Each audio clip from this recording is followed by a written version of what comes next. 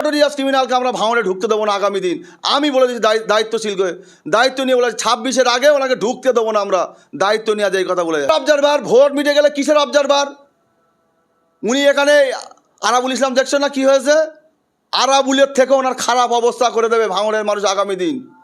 আরাবুলের থেকেও উনি এখানে ভাঙড়ে মধু চুষতে মধু, আর ভাঙড়ের ভেড়া নেতা কুত্তা নেতা এরা বুঝতে পারে না, এদের মাথায় কাটার লেগে কোয়া খেয়ে ক্যানিংয়ে চলে যাচ্ছে, এরা বুঝতে পারে না। আজকে একটা ছাগল চোরও বড় বড় কথা বলছিল, তোমার থোতা মুখ ভোঁতা করে দেবো আগামী দিনে, জেনে রাখো। তোমার প্রমাণ করতে হবে, কালকে আমি তৃণমূলে জয়েন দেবো, 1 টাকা প্রমাণ করতে পারে। আমরা ওই ধরনের নীতি মেনে চলি না। দিন ভাঙড়ে মানে 2026 আমি এর আগেও বলেছি 1.5 লক্ষ ভোটে যেতাবো।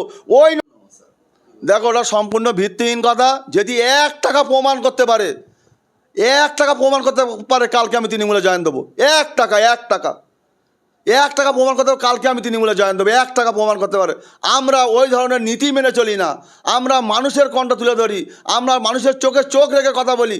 আমরা ওইসব নটোরিয়াস ক্রিমিনালকে পাত্তা দেই না। আগামী দিন ভাঙড়ে মানে 2026 আমি এর আগেও বলেছি 1.5 লক্ষ ভোটে যেতাবো। ওই নটোরিয়াস ক্রিমিনালকে আমরা ভাঙড়ে ঢুকতে দেবো না আগামী দিন।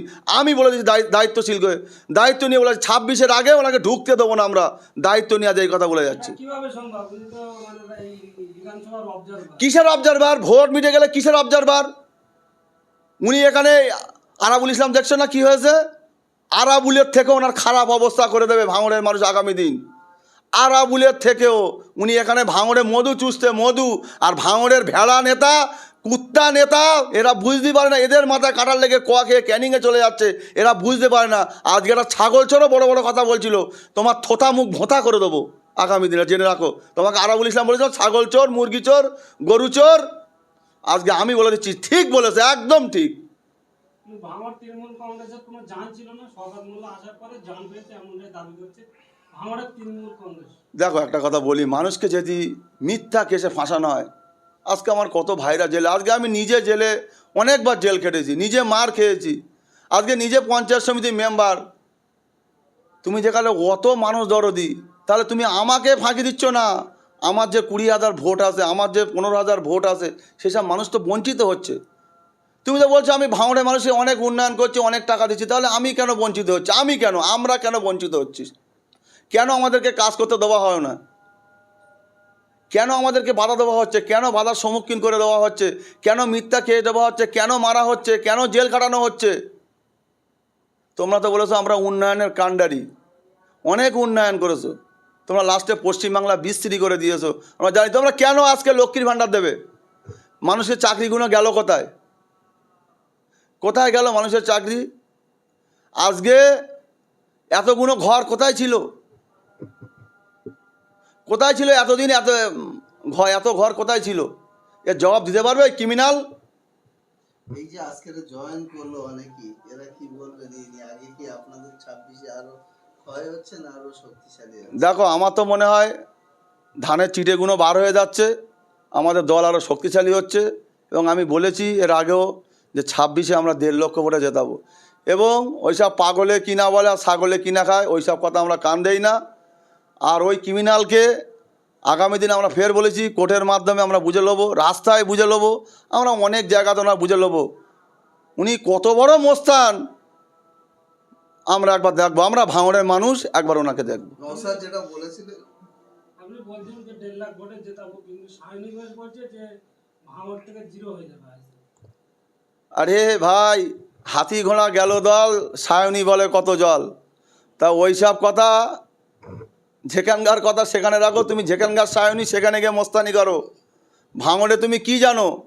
তুমি তো নাচনে বালি, তুমি তো নাচতে জানো, আর দে পাল তুলে দে।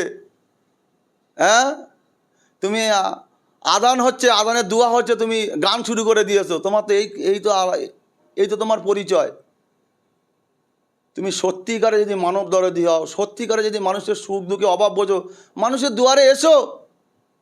তবে তো আমি নিজের থেকে না বলবো না ওইদুল, হ্যাঁ ঠিক আছে সায়নী ঘোষ, তুমি তো এসে বলো দে পাল তুলে দে পাল তুলে দে, মাঝি হেলা করিস না। তোমার কাজটা তো এইসব। তা তুমি আগে বাংলা সামলাও, তারপর ভাঙড় সামলাবে। উনি বলেছিল না আগে বাংলা সামলা, আমি বলছি আগে ভাঙড় সামলা তারপর বাংলা সামলাবি। তুমি তো চুরি করে জিতেছো। আমরা 2021-এ নওশাদ ভাইজানকে যত ভোটে জিতিয়েছি তার ডবল ভোটে আমরা ফের ভাঙড়কে জিতিয়ে রেখেছি। তার প্রমাণ আমরা কাগজ কলমে দেখিয়ে দেবো। আমরা ওই সব মুখে ভকলুম কথা বলি না, আমরা সব মুখে কথা বলি, আমরা প্রমাণ দেখাতে চাই। আমি ওই দিল অন্তত আমরা প্রমাণ দেখাতে পারবো। নওশাদ সিদ্দিকী বলেছিলেন যে 5 বছরের হিসাব আমি একটা খামবন্দি করে দেবো, সেটা আজকের জয়পুরে স্টেজ থেকে ওই হাবিজ সাহেব যার নাম করছিলেন তিনি বলছেন যে এই খামবন্দি দেয় আমরা দেখবো কি উনি উন্নয়ন করে, শুধু লাইট ছাড়া আর কিছু দেখা যায় না। দেখো উনি তো ছাগল চুরি করা আর মুরগি চুরি করা ছাড়া আর কিছু করতো না। তা উনি আর কি বলবে? যারা ছাগল চোর, যারা মুরগি চোর, তারা ওই ধরনের কথা বলবে।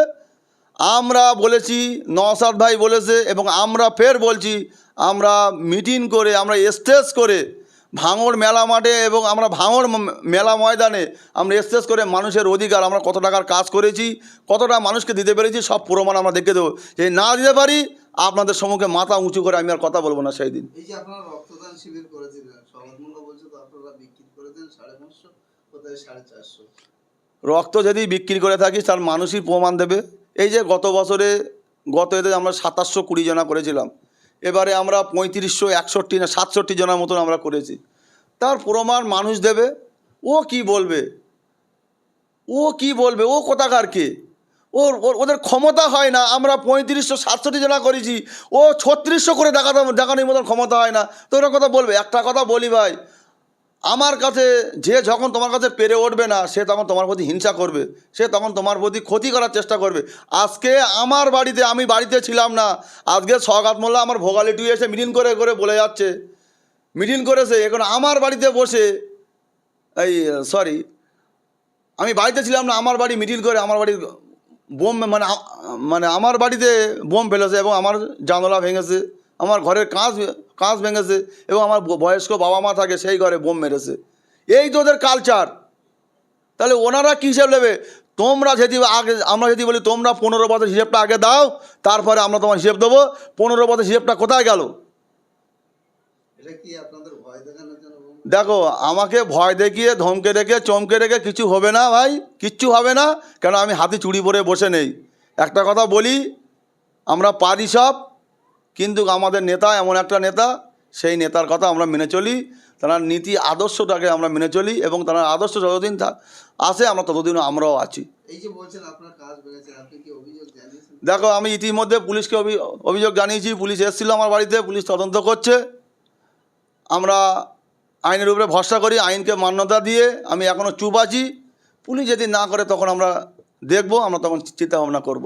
কেন আমাদের উপরন্ত আমাদের আরও নেতা আছে, আমাদের ভাইজান আছে, আমরা জানাবো। তারপরে কি হবে না হবে সেটা সময় বলবে। তাদের মিটিংয়ের আগে ওটা হয়েছে না পরে? না, ওরা মিটিংয়ের দিনে হয়েছে, আমি সেই সময় বাড়িতে ছিলাম না। বাড়ি না থাকাকালীন ওরা এই বোমগুলো চাষ করেছে একের পর এক। বাড়িতে বয়স্ক বাবা মা থাকে, আমার বাড়িতে ছোটো ছোটো দুটো ছেলে থাকে। আজকে কেন এত ভয় লাগছে কেন তোমাদেরকে? কাজটা তোমরা শুরু করে শেষ তোমাদের করতে হবে, নইলে অবস্থা খারাপ হবে আগামী দিন। আমি বলে যাচ্ছি আজকের।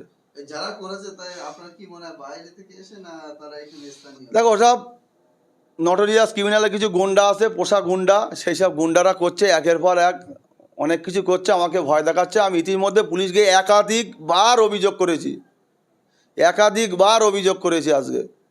আজকে ওরে আমি অভিযোগ করা বলে পুলিশ আমাকে ভরসা দিয়েছে, আমি পুলিশের উপরে আস্থা আছে।